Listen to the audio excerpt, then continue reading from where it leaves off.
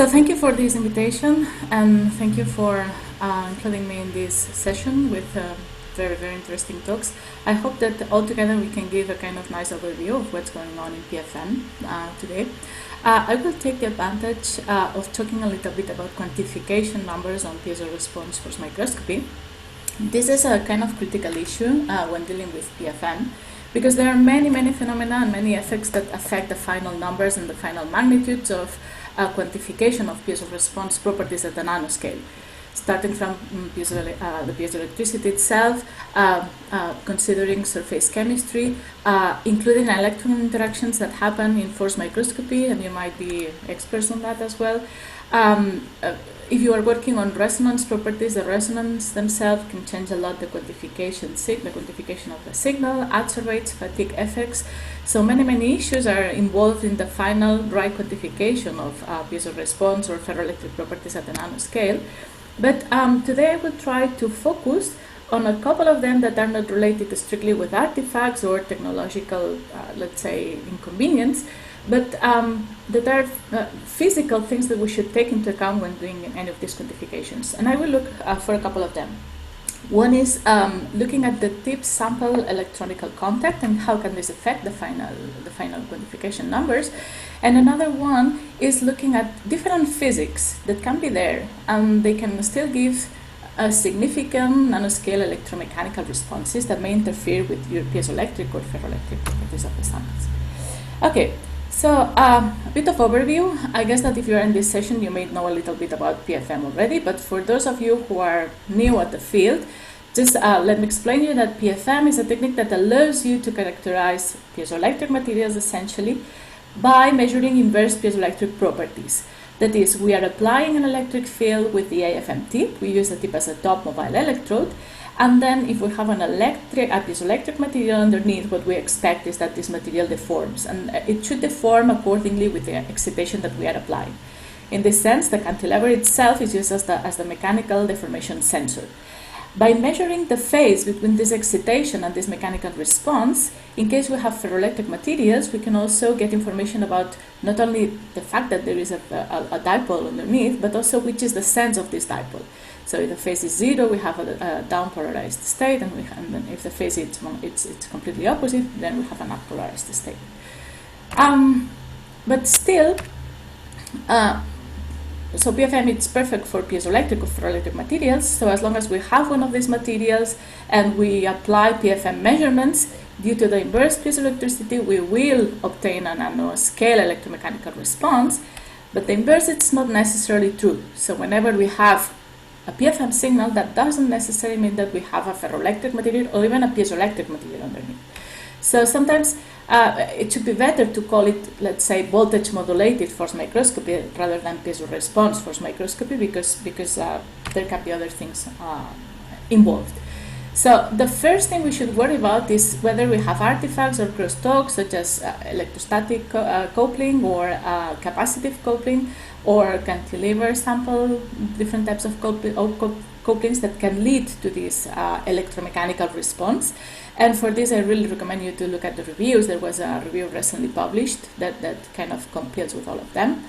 But there is also the wonder whether there is other physical phenomena that can lead to similar responses. So which is the nature of the response underneath?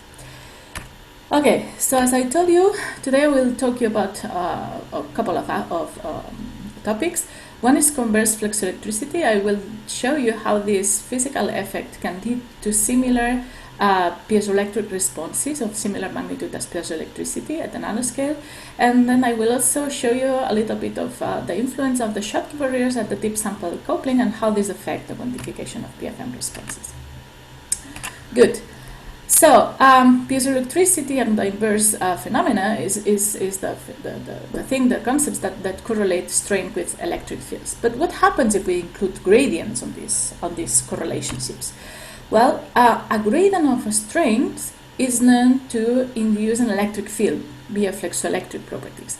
Probably that's something that that Brian has nicely shown as well here. I'm not sure if it was due to flexoelectricity or its strain itself, but you have to keep in mind that under an AFM tip there are really huge strain gradients, and the opposite is the inverse flexoelectricity. So electric fields can themselves create strain gradients, and for example, you are able to bend a dielectric cantilever only by applying an homogeneous electric field between two electrodes at the bottom and top sides of this cantilever. This has been shown in this nice paper by Umesh. But the opposite is also true. So if you have electric field gradients via converse flexoelectricity, these electric field gradients can also generate strains. And the magnitude of this strain can be important when you have strong electric field gradients, such as those, again, under the tip end of an AFM tip. So all of them, flexoelectricity and converse flexoelectricity, are universal phenomena that happen for the electric materials in general, and at the nanoscale, this is something that we cannot neglect. I mean, they are huge, and they matter at all, especially in our environment, that is AFM measurements.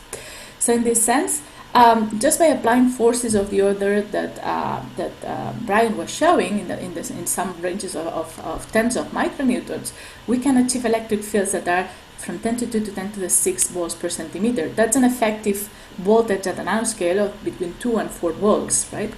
And the opposite, I will show you now, that is also similar. So just due to the electric fields at the end of the tip, we can have electromechanical responses that are of the order of 1 to 10 picometers per volt, which are regular piezo responses of known piezoelectric materials. Okay, so assume you have a dielectric material. Assume you go with your tip that has an electrical coating, or it's a conductive tip, on top of this material, and you apply a voltage. You should not expect, well, you should expect some capacitive coupling and capacitive forces that may induce some electrostatic response to the system that will create some mechanical vibration. And you may have also some electric field gradients. Good. So most of capacitive or other thermal effects that you can induce may induce a response that is a quadratic contribution onto the movement. So it does not depend on the sense of the voltage or the sense of the electric field, but only on its magnitude. So you should generate a response that goes like 2 omega, let's say, right? So the most of the linear contribution should essentially come from whatever linear effect you may have. And if you are in a dielectric material and you have this expected huge electric field gradients, you could expect to have this converse flexo effect. Okay, so we were looking for this effect. We theoretically predicted was there, so we were trying to calculate and to measure this.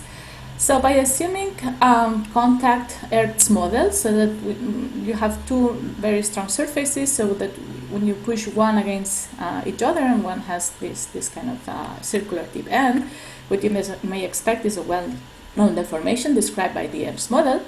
And on top of that, if you put this electric field, the Lorentzian distribution around the AFM tip, and you include this flexoelectric effect, what you should have, what you should expect, is the deformation of the sample under this AFM tip, and you can calculate some displacement related with this local deformation, right?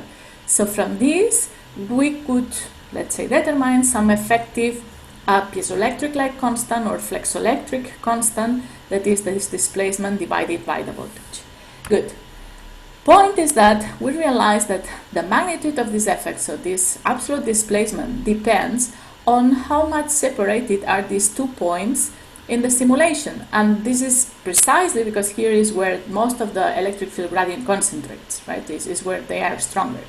So the farther they are, the less this displacement is, so the less the converse flexoelectricity effect is. Good.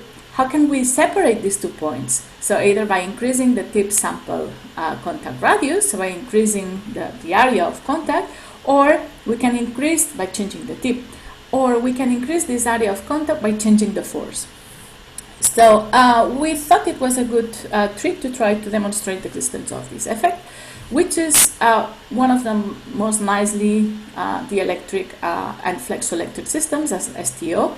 We made sure that this STO could not show any electromechanical response of any other origin, such as ionic displacement. We measured that the oxygen vacancies in the system were really very low, and that it showed no hysteresis. It was a single crystal, so there was no strain on the system. So essentially, this STO was inert, was purely dielectric, and showed no piezo response in general, so without these electric field gradients. We made sure it had no oxygen vacancies by measuring XPS. XPS should give some input of oxygen vacancies in the titanium peak. We measured the hysteresis, no hysteresis, so that was indicative that there was not ionic movement around the crystal. Good, so everything was fine. So we took this crystal and we start measuring the amplitude of oscillation as a function of the excitation voltage, and from this we calculated this D33 coefficient, and then we measured this as a function of force. We used a diamond tip because, for the same reasons as what Brian was explaining, this has very, very small deformation levels. And then we compare results with the simulation. These are experimental results as a function of force, and this is the simulation values, and they nicely agree, right? So we are achieving measurable displacements below our AFM tip that are of the same order of magnitude as true piezo response, and we did not expect it to be really piezo response. Good. There is always the conflict in quantification, in STM, in AFM, sorry, in PFM. There is always the controversy of whether optical beam deflection methods to detect the displacement of the cantilever are accurate enough in order to have right numbers. So the perfect, let's say, technological variant in order to measure true displacement is the use of interferometer devices instead of optical beam deflections. So we repeated these measurements with an interferometry device, and we could correlate that this change in the applied force was coherent with the one that we were measuring with OBD, and we measured very, very similar values for the deflection. So indeed, our measurements were correctly done, so the quantification was extrapolable independently of the AFM method that we were using. Good. Moreover, the response, we choose some frequency to measure this response for the cantilever. This was a stiff cantilever, so we choose a frequency that was below the contact resonance frequency. And we could observe that in the frequency range that we were playing with, there was no frequency-dependent response for this converse flexoelectric effect as one would expect. So nice. Finally, we had to rule out that there was not really any ionic or charge influence in the measurements. So what we did is to measure this coefficient as a function of temperature, and as we could expect, we observed a decrease over temperature. If there was some ionic influence, there should be an increase in the conductivity of these elements with temperature, so we should observe an increase of this effect with the heat. Right? Instead, the expected decrease is in agreement with the decrease of the dielectric constant. So fine. So here we are. Finally, the final check was to check whether if by applying an extra electric field, there was a different response that could be a signal of having some electrostatic coupling. So we check as a function of DC voltage. This is the amplitude versus excitation voltage that shows a linear response, and as you can see that the slope, which is proportional to this D33 effective coefficient, is independent of the voltage applied. So electrostatic interactions are not the responsibles for the response for these measurements. And finally, if we did the same type of measurements on another well-known flexoelectric material that is titanium dioxide, the flexoelectric coefficient for titanium dioxide is approximately half of that of strontium titanate. We observed that the behavior was very similar, and that the magnitude was kind of half of that expected, in fully agreement with the coefficient. So keep in mind, guys, if you have a dielectric system underneath or a flexoelectric system material on your AFM, whatever electromechanical response can be induced by these electric field gradients that you have on the AFM tip. Good. Let's move now to another type of materials. So now we don't have dielectrics, we have true piezoelectrics, and we are still worried about the quantification of this effective coefficient here in all the possible contributions to a full electromechanical response of your system. Good. So essentially, as I was telling before, you may have some contributions that you can cancel beside your expected piezoelectric response. If you have, for example, you may have some capacitive coupling due to the difference in contact potential difference between the tip and the sample, which arises from the different work function of the materials that are covering the tip and the sample surface. You can cancel that, or you can approach the material work function with the tip covering work function and minimize this factor. You may have some electrostatic responses. You can cancel them. And then if you cancel them and you are changing the AC voltage, what you should expect is that the amplitude of your deformation is linear with the amplitude of excitation. This was also a measurement I was showing you before. Good. But what happened at the tip sample electrical contact, especially in the case that you have not a dielectric material, but some, for example, piezoelectric semiconductor.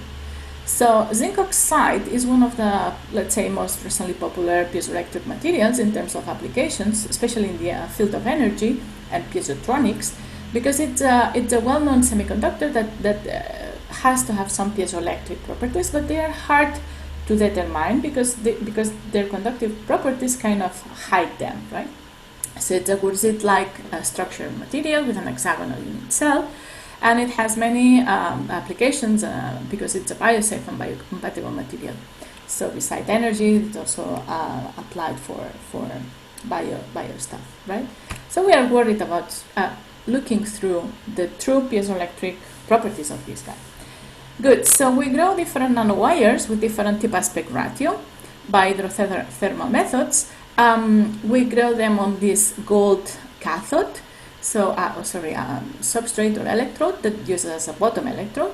And then we analyze them individually, each of them, by an AFM tip, right? So we were able to measure the conductivity through the wire using the tip as top electrode, but also to measure the PFM or the piezoelectric response of the same nanowire by using the cantilever as top electrode and also mechanical sensor. So the first thing that we observed is that when measuring current through this wire, we had this diode-like behavior. It was slightly asymmetric because the metal at the top electrode and the bottom electrode were different. And this can be, the behavior of this system can be easily modeled by this semiconductor metal structure with two Schottky barriers. One is forward biased, the other is reverse biased, right? So this is for people working in electronics, this is a very well-resolved system, easy to find out. And if you look at the voltage that falls into the semiconductor piece when you apply an AC voltage, that's the blue line, to the whole system, this is the shape it has. As you can see, it is strongly asymmetric. So for the positive and negative voltages, you don't reach the same voltage drop at the semiconductor. Plus, there are some values of voltages for which there is no electric field drop inside the semiconductor material. Good. If you then turn it the other way around and you take this voltage drop, this is the red line, the real voltage drop at the piezoelectric material, and you calculate which is the corresponding piezo response, you see that it is multi-harmonic. So you may have contributions to not only to the omega, but also to all the higher harmonics. You can model this system, you can calculate which is the current dropping in all parts of the system. We modulated the measure current versus voltage curve, and then from this, using these parameters here, and then with these fitting parameters, we complete the full model. So what we could check is what was the real voltage falling in the piezoelectric material, and this is this blue line, as a function of the magnitude of the AC applied voltage. And what we observe is that this is not linear, right? So when you increase the amplitude, there is a blind zone for which there is no field, no applied voltage in no electric field dropping in the piezoelectric material. And then there is a zone of nonlinearity, and only for very high voltages you achieve some linear response. Good. Then we took this real voltage drop and then we calculated which could be the expected output, the expected PFM amplitude response. And then from here, we could calculate which was the real D33 feed, right? The real D33 voltage that could lead to this amplitude of piezoelectric response. So as you can see, if you have the Schottky barrier, this strongly perturbs the linearity of the response. This would be the ideal case. Instead, what you have is, for the same value of the D33 coefficient, what you have is an output that looks like that. So it has a smaller slope and it has a slightly curved shape. And this is only due to the effect of these Schottky barriers at the electrodes. So this nonlinearity may be used to false quantification and underestimation of real piezoelectric values of these materials. Instead, if you put a capping layer so that you cut the current circuit and you short circuit it, so you don't have current anymore, what you obtain back is a linear response with a value that really fits with this 333 expected coefficient. Good. So I would like to thank you, all the people that has been involved in all these works that I have presented you, and especially Gonzalo Murillo and Elena Lozano for the zinc oxide nanowire structures, and Amir and Irene for all the simulations of flexoelectric coefficient. And thank you very much for being here today. I'm happy to take questions.